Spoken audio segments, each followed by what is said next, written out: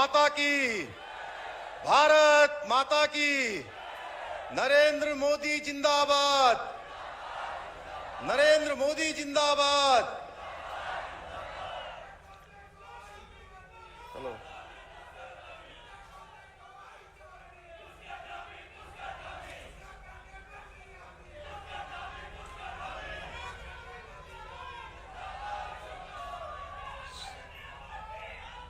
Sir प्रणाम।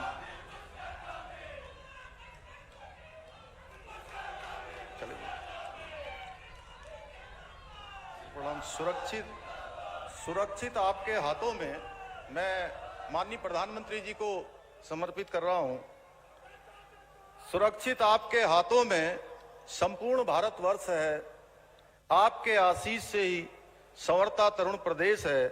आपके आह्वान पर करोड़ों जन चल पड़े, स्वयं पर विश्वास दृढ़ कर विकास रथ पर बढ़ चले। आपके अनुराग पर पर्वत जनों को नाज है, आगमन से आपके पुलकित पर्वत राज है।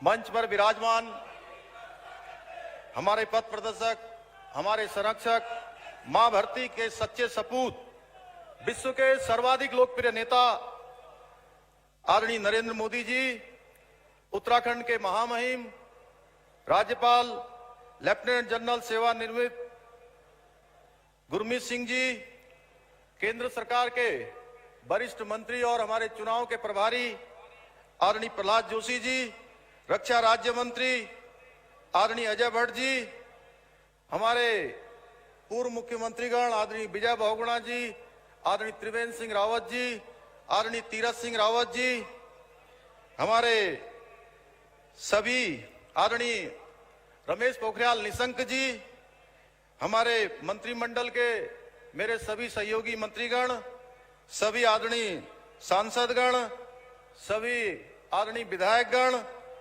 भारतीय जनता पार्टी के प्रदेश अध्यक्ष आदरणीय मदन कौशिक जी एवं कार्यक्रम में उत्तराखंड के कोने कोने से भारी संख्या में पधारे समस्त भाइयों एवं बहनों, मैं देवभूमि उत्तराखंड की 1.25 करोड़ देवतुल्य जनता की तरफ से आप सभी का द्रोण नगरी आगमन पर हार्दिक स्वागत एवं अभिनंदन करता हूं।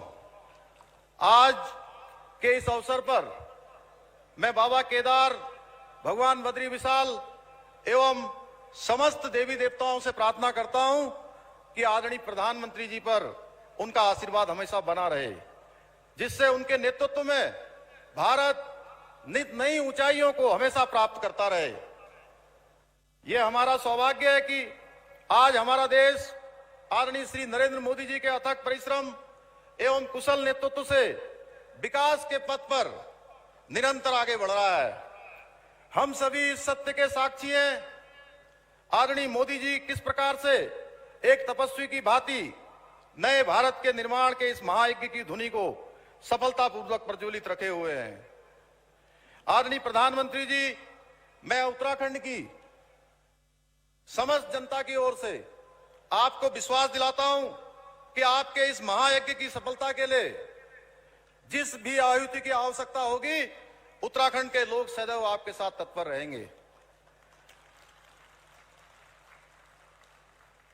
भाइयों बहनों, हमारे शास्त्रों में कहा गया है, नाभिषेको न संस्कार सिंहस्य कृते मृग्या विक्रमादित्य राजस्य सौम्येव मृगेंद्र दत्ता। अर्थात सिंह को जंगल का राजा नियुक्त करने के लिए न तो कोई अभिषेक किया जाता है, न कोई संस्कार किया जाता है। अपने गुण और पराक्रम से वह स्वयं अपना साम्राज्य प्राप्त करता है। यह श्लोक हमारे आदरणीय प्रधानमंत्री जी पर पूर्ण रूप से ठीक बैठता है, क्योंकि वह आज भारत के ही नहीं अपितु संपूर्ण विश्व के सर्वमान्य नेता हैं। आज आतंकवाद से लड़ने की बात हो या कोरोना से बचने की बात हो, विपरीत हालातों में अर्थव्यवस्था को संभालने जैसे जटिल विषयों पर संपूर्ण विश्व आदरणीय मोदी जी की नीतियों और विचारों का अनुसरण कर रहा है।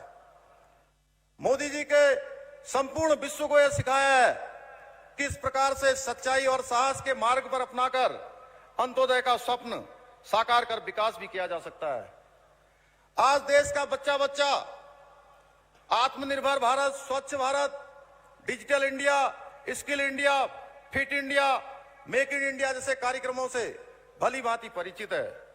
कोरोना काल में जहां एक और माननीय प्रधानमंत्री जी ने देश की गरीब जनता को प्रधानमंत्री गरीब कल्याण अन्न योजना से करोड़ों लोगों को 2 वक्त का भोजन सुनिश्चित किया, वहीं आयुष्मान भारत योजना ने देश के नागरिकों को यह भरोसा दिलाया कि बीमार होने पर उन्हें निःशुल्क उपचार मिल पाएगा।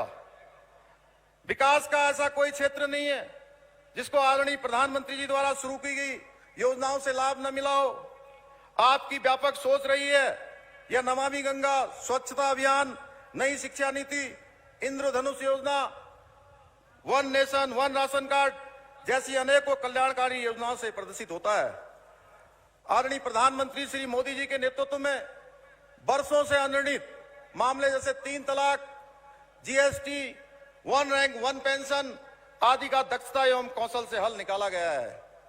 भाइयों बहनों, भगवान श्री राम हमारी संस्कृति के अनंत स्वरूप हैं।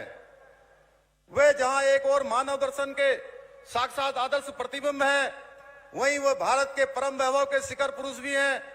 ऐसे मर्यादा पुरुषोत्तम भगवान श्री राम जी के मंदिर के पुनर्निर्माण का कार्य जो वर्षों से लंबित था, आपके ही चमत्कारी नेतृत्व में आज एक अद्भुत आकार ले रहा है।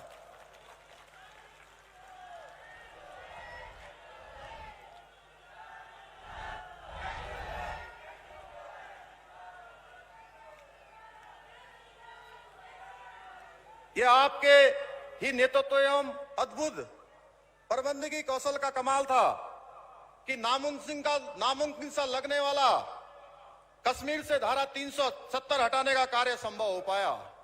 जिस कश्मीर को बचाने के लिए हजारों लोगों ने अपनी आहुति दी थी। कोविड काल में जहां विश्व के बड़े से बड़े देश असहाय हो गए, वहीं आपके कुशल नेतृत्व में भारत न केवल कोरोना महामारी का सामना करने में सफल रहा, बल्कि विश्व के अन्य देशों को भी मेड इन इंडिया वैक्सीन देकर हमने अपना विश्व गुरु होने का अपना दायित्व निभाया है। आदरणीय प्रधानमंत्री जी के नेतृत्व में आज देश के हर वर्ग और क्षेत्र के लोगों के लिए योजनाएं तैयार कर इतने कार्य किए जा रहे हैं कि यदि उन्हें एक एक करके गिनाया जाए और उनके लाभों पर बात की जाए तो समय कम पड़ेगा। आदरणीय प्रधानमंत्री जी, आपके महान विचारों पर चलकर ही आज उत्तराखंड विकास की राह पर अग्रसर है। हमें पूर्ण विश्वास है कि आपके मार्गदर्शन में शीघ्र ही हम भारत के सर्वश्रेष्ठ राज्य बनेंगे। माननीय प्रधानमंत्री जी के मार्गदर्शन और केंद्र सरकार के सहयोग से राज्य में पिछले 5 वर्षों में करीब 1 लाख करोड़ रुपए से भी अधिक की विभिन्न परियोजनाएं प्रदेश के लिए स्वीकृत हुई हैं। इनमें से बहुत सी योजनाएं पूर्ण हो चुकी हैं और अन्य पर कार्य चल रहा है। उत्तराखंड के सतत विकास के प्रति यह आदरणीय प्रधानमंत्री जी के समर्पण का नतीजा है कि आज उनके द्वारा इसी मंच से 18,000 करोड़ से भी अधिक की विकास योजनाओं का लोकार्पण व शिलान्यास किया जा रहा है, जिसमें दिल्ली देहरादून एक्सप्रेस वे भी शामिल है। इस एक्सप्रेस वे के बनने से दिल्ली से देहरादून की दूरी मात्र 2 घंटे में पूरी की जाएगी। कुछ वर्ष पूर्व ऐसा सोचना भी अकल्पनीय सा लगता था। चाहे आज सड़क मार्ग हो, उत्तराखंड के कोने कोने से जोड़ना हो, पहाड़ पर रेल पहुंचाने जैसा कठिन कार्य करना हो, या देवभूमि के शहरों को हेली सेवा से जोड़ना हो, आदरणीय प्रधानमंत्री जी के नेतृत्व में हमने कनेक्टिविटी को विकास का मूल मानकर कार्य किया है। इसी का नतीजा है आज उत्तराखंड पर्यटन के मानचित्र पर और अधिक मजबूती के साथ अपनी सदानत छवि को उकेर रहा है। भाइयों और बहनों, आदरणीय प्रधानमंत्री जी ने 2015 में प्रभावी प्रशासन के लिए प्रगति अर्थात proactive governance and timely implementation का जो मंत्र दिया था, हमारी सरकार आपके द्वारा दिए गए इस मंत्र पर काम करने के लिए पूरी तरह से प्रतिबद्ध है। चाहे वो हाल ही में हमारे राज्य में आई इतनी बड़ी आपदा हो या वर्षों से लंबित अन्य मामले हो, फिर भविष्य को लेकर हमारी योजनाएं हो, हमारी सरकार आपके दिखाए गए मार्ग का अनुसरण कर प्रोएक्टिव मोड में काम करने के लिए प्रतिबद्ध है। आप स्वयं भी उत्तराखंड के विकास से और यहां से जुड़ी योजनाओं की प्रगति पर पूर्ण गंभीरता से निगरानी रखते हैं और ये जग जाहिर है कि देवभूमि से आपकी अटू आत्मीयता कितनी घनिष्ठ है। चाहे वो आज केदारपुरी का पुनर्निर्माण हो या सीमांत इलाकों में आधारभूत संरचनाओं के विकास से जुड़ी योजनाएं हो, ये सभी आपके महान पौरुष के बल पर ही संभव हो पाया है। मुझे गर्व है मेरे जैसे एक सामान्य परिवार से आने वाले सैनिक पुत्र को मुख्य सेवक के रूप में इस माटी की सेवा करने का सौभाग्य प्राप्त हुआ है।